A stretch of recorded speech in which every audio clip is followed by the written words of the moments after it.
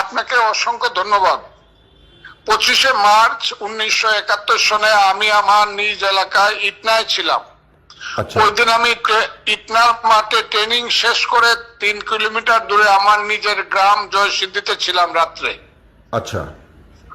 এবং সেই রাত্রে যে ঘটনা ঘটেছে আমি তার কোনো প্রত্যক্ষ সাক্ষী নই, বা আমি সেই রাত্রে জানতেও পারিনি যে বাংলাদেশের ঢাকাতে এই ঘটনা ঘটছে।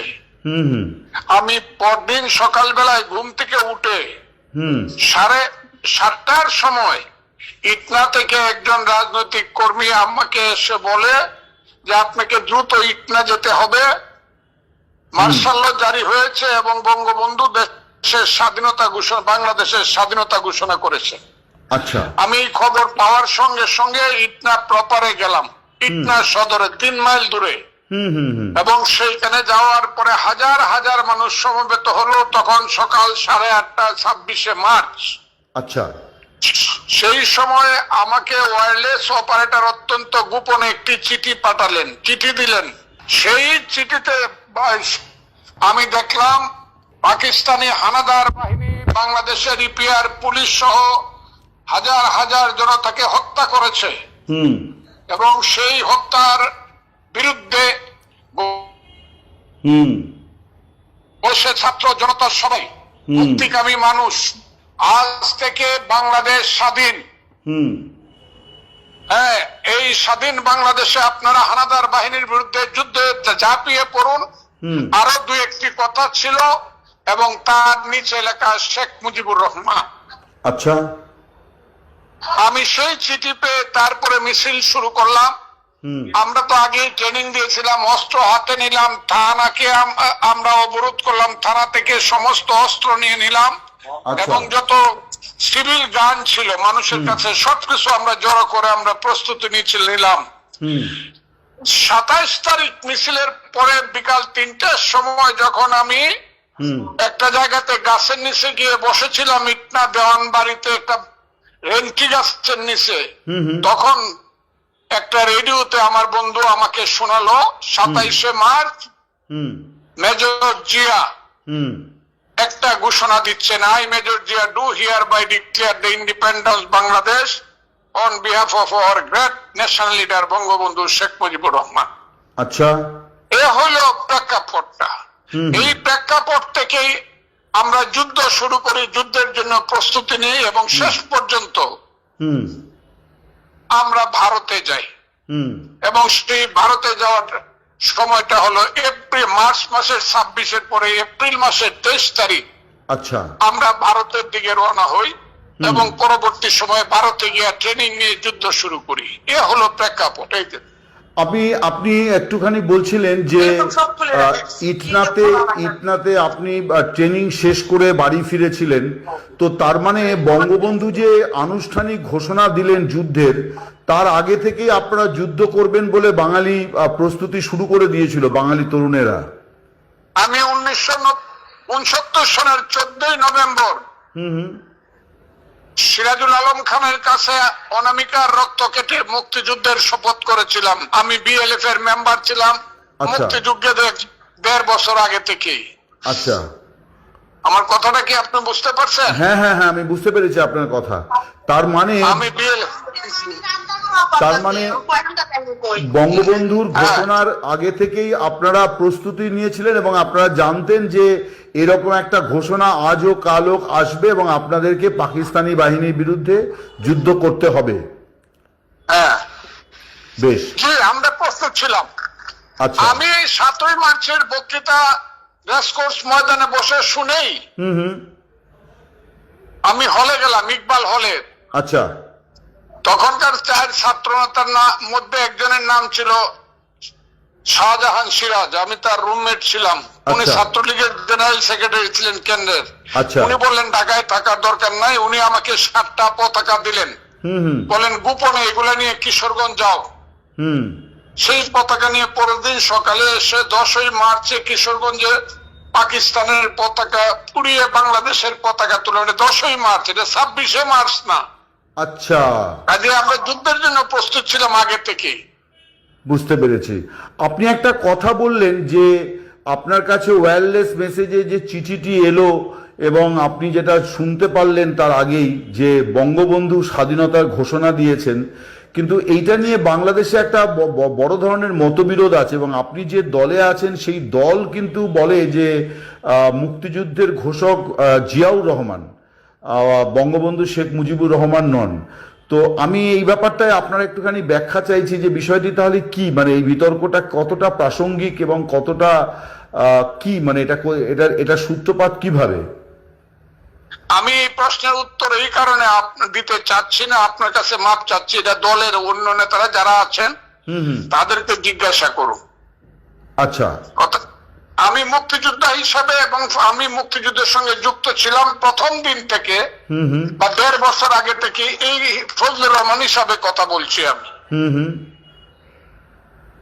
কথাটা কি বুঝছেন আপনি? হ্যাঁ হ্যাঁ, বুঝতে পেরেছি আপনার কথা। আজকে আমি বিএনপি নেতা, বিএনপির এমপি, কিন্তু আমি যখন মুক্তিযুদ্ধ করি তখন আমি মুক্তিযোদ্ধা হিসাবে, তখন ছাত্র নেতা হিসাবে যুদ্ধ করছি। সেটা প্রেক্ষাপট সত্য, আমার জীবনের সত্য। আজকেরটা আমি বিএনপি করি, এটাও সত্য। আমি যা জানি তা বললাম। তার মানে আপনি একটা সত্যকে আরেকটা সত্য দিয়ে রিপ্লেস করবেন না, সত্য সত্যই আপনার কাছে, সে আপনি যে দলেই থাকুন। জি, আমার কাছে এটা আমি সবসময় এটা আমি বলবো এবং বলছি, বারবার বলছি এই কথাটা। হ্যাঁ, কিন্তু হ্যাঁ হ্যাঁ, বলুন বলুন বলেন। এটা আমি কোথাও কোনোদিন এটাকে আমি গোপন করব না, তাহলে আমার নিজের সঙ্গে প্রতারণা করে। আমি এটা বুঝি যে আমি সকালবেলা 26 তারিখ সকালবেলা 8:30টার সময়, এটা আমার বইয়ে লিখছি, বক্তৃতায় বলছি, বিএনপি করতে এসো বলছি, দেশ নেত্রী বেগম খালেদা জিয়ার সামনেও বক্তৃতা করি বলছি যে আমি 8 তারিখে সকালবেলা চিঠি পাইছি একটা। 26 তারিখে সকালবেলা 8:30 একটা চিঠি পাইছি। তার মানে স্বাধীনতা, কিন্তু এর জন্য বিএনপি থেকে আপনার উপরে কখনো কোনো কিছু হয়নি, মানে মানে আপনি কোনো দলে কোনো প্রশ্নের মুখে পড়েননি, বরং জামাত সম্পর্কে কিছু মন্তব্যের জন্য আপনি শোকজ হয়েছিলেন। জি। তো আমি একটুখানি জানতে চাইছি যে মার্কিন কংগ্রেসে একজন প্রতিনিধি, তিনি বাংলাদেশের মুক্তিযুদ্ধে পাক বাহিনীর গণহত্যার এই বিষয়টা নিয়ে তিনি একটি প্রস্তাব এনেছেন এবং নিন্দা প্রস্তাব করেছেন যে এই ঘটনা নিন্দা করা হোক এবং এই গণহত্যার একটি আন্তর্জাতিক স্বীকৃতি পাওয়া উচিত। তার কারণ পৃথিবীতে এই ধরনের আরও অনেক দেশ, তাদের যে গণহত্যা সেখানে সংগঠিত হয়েছে সেগুলির আন্তর্জাতিক স্বীকৃতি আছে, কিন্তু দুর্ভাগ্যজনকভাবে 30 লক্ষ বাঙালি এবং প্রায় 2-2.5 লক্ষ মা বোনের সম্ভ্রমের বিনিময়ে এবং 30 লক্ষ বাঙালি শহীদ হওয়ার ঘটনায় যে মুক্তিযুদ্ধ, যে স্বাধীনতা, সেই সেটাকে দমন করার জন্য যে গণহত্যা, তার কিন্তু কোনো আন্তর্জাতিক স্বীকৃতি নেই। তো এই বিষয়টিকে আপনি কিভাবে দেখছেন? এটা দেখছি এইভাবে যে একজন মার্কিন কংগ্রেসম্যান এই ব্যাপারটা তুলতে হবে 55 বছর পরে স্বাধীনতার মুক্তিযুদ্ধের, এটা আমার জন্য লজ্জাজনক মনে হচ্ছে। এটা তো দিবালুকের মতো সত্য যে পাকিস্তানিরা গণহত্যাকারী এবং এই দেশে তারা গণহত্যা চালিয়েছে। এটা দিবালুকের মতো, এটা তো প্রথম দিন প্রতিষ্ঠিত হওয়ার কথা ছিল। ঠিক। এটা মার্কিন সিনেটে প্রস্তাব করতে হবে কেন? আপনার কি মনে হয় যে বাংলাদেশে এত বছর যারা সরকার পরিচালনা করেছে, এটা তাদেরও একটা ত্রুটি ছিল, সব দলগুলিরও একটা ত্রুটি ছিল যে এটা নিয়ে আন্তর্জাতিক স্তরে সেইভাবে উদ্যোগ নেওয়া হয়নি? আমি কথাটাকে এইভাবে আমি বলবো না, আমি বলবো প্রত্যেকেই যার যার মতো করে মুক্তিযুদ্ধের পটভূমিকে বিশ্লেষণ করতে চেয়েছে এবং এই কারণেই আজকের এই অবস্থা সৃষ্টি হয়েছে। কিন্তু আজকের বাংলাদেশে আমরা আবার এটাও দেখতে পাচ্ছি যে জয় বাংলা বলা প্রায় নিষিদ্ধ হয়ে গেছে, বঙ্গবন্ধুর মূর্তি ভাঙা হয়েছে, তার বাড়ি মানে ধূলিসাৎ হয়েছে। এই ঘটনাগুলোও কিন্তু পাশাপাশিভাবে ঘটছে, অর্থাৎ মুক্তিযুদ্ধ বিরোধী একটি তৎপরতাও কিন্তু বাংলাদেশে প্রবলভাবে সক্রিয়। আপনি একজন মুক্তিযোদ্ধা হিসেবে এই বিষয়গুলোকে কিভাবে দেখছেন? এবং এখন তো আপনি সাংসদ হয়েছেন, ফলে বাংলাদেশ সংসদেও আপনার এই নিয়ে অনেক কথা বলারও নিশ্চয়ই অবকাশ আসবে। আমি একটুখানি আজকের বাংলাদেশের এই পরিস্থিতিটা সম্পর্কে জানতে চাই, কারণ এটা স্বাধীনতার মাস, এই মাসেই আপনাদের স্বাধীনতা ঘোষণা হয়েছিল। আমি এই কথাগুলোর এইভাবে আমি উত্তরটা দিতে চাচ্ছি না এখন। আমি যেটা বলি এটা সংসদেই বলবো, আপনি শুনতে পারবেন, আগে সংসদে আমি বলিনি এই আচ্ছা। কথা। কিন্তু আপনি তো জয় বাংলা কথাটা বলেন, আমি যতদূর যা মানে বুঝি আর কি, যে ওটা তো মুক্তিযুদ্ধের স্লোগান ছিল বলেই বোধহয় আপনি বলেন, তাই তো বোধহয় নাকি? এটাই জয় বাংলা মুক্তিযুদ্ধের প্রধান স্লোগান ছিল, কিন্তু এখন অনেকেই মুক্তিযুদ্ধের এই স্লোগানটা দেয় না, কারণ আওয়ামী লীগ এই স্লোগানটাকে নিজেরা তাদের স্বার্থের জন্য ক্যাশ করেছিল। এটা একটা দুর্ভাগ্যজনক ব্যাপার। আচ্ছা। এটাও আছে কিন্তু, আর কারণ জয় বাংলাটা এক সময় একটা পার্টির স্লোগান হিসাবে প্রতিষ্ঠিত হয়ে গেল, যে কারণে অন্যরা এটাকে দেয় না। কিন্তু এটাই সত্য যে মুক্তিযুদ্ধের সময় প্রধান স্লোগানই ছিল জয় বাংলা, এটাই সত্য। কিন্তু আমি জাস্ট মানে শেষ করব একটা ছোট্ট বিষয় দিয়ে, সেটা হচ্ছে যে আমরা দেখছি যে বাংলাদেশে এখন 7ই মার্চ সেটাও সরকারি উদ্যোগে পালিত হচ্ছে না, 17ই মার্চ বঙ্গবন্ধুর জন্মদিন সরকারি উদ্যোগে পালিত হচ্ছে না, এবং সরকার যে 26শে মার্চের যে কর্মসূচিগুলি ঘোষণা করেছে সেখানেও কিন্তু বঙ্গবন্ধুর কোনো উল্লেখ নেই, যদিও এখনো সরকারিভাবে তিনি দেশের মানে জাতির পিতা। এই বিষয়টিকে আপনি কিভাবে দেখছেন? আমি এইভাবে দেখছি যে মুক্তিযুদ্ধের মানে অনেক কিছু হয়ে গেছে, আরো কিছু বাকি আছে। এই বাকিটা জন্য আপনাদেরকে অপেক্ষা করতে হবে। মানে আপনি বলছেন যে আরো একটা মুক্তিযুদ্ধ বাংলাদেশের মাটিতে প্রয়োজন আছে? নিশ্চিতভাবে 71 সঠিক ছিল না ভুল ছিল, এটার ব্যাপারে একটা রাজনৈতিক একটা যুদ্ধ হবে। আমি বলছি এটা সশস্ত্র হবে এটা বলছি না, কিন্তু একটা রাজনৈতিক যুদ্ধ হবে যে 71 সঠিক ছিল না ভুল ছিল। কারণ 71 এখনো তো যারা অনেক শক্তিশালী রাজনৈতিক দল, জামাত বা এনসিপি বা স্বাধীনতা বিরোধী শক্তিরা তো মানে না 71।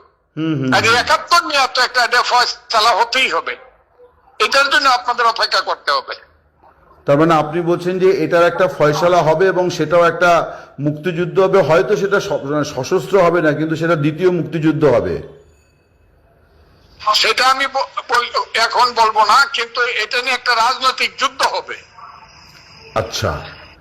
এবং সেই রাজনৈতিক সেই যুদ্ধে 71 জয়ী হবে, এবং তার সেই যুদ্ধের যিনি মানে নেতৃত্ব প্রদানকারী ব্যক্তি বা আরো যারা শহীদ হয়েছেন তাদের প্রত্যেকেরই স্বীকৃতি মিলবে বলে আপনি আশা করেন? আমি শুধু আশা করি না, আমি নিশ্চিত মুক্তিযুদ্ধ জয়ী হবে, মুক্তিযুদ্ধের পক্ষে শক্তি জয়ী হবে। আপনাকে অনেক ধন্যবাদ আমাদের সঙ্গে কথা বলার জন্য। আপনি ভালো থাকুন, বাংলাদেশের মঙ্গল হোক। আপনারাও ভালো থাকুন। আপনি আমাকে আমি প্রথম কথা বললাম 2 মাসের মধ্যে আপনার সাথে, মানে এই টেলিফোনে। Thank you.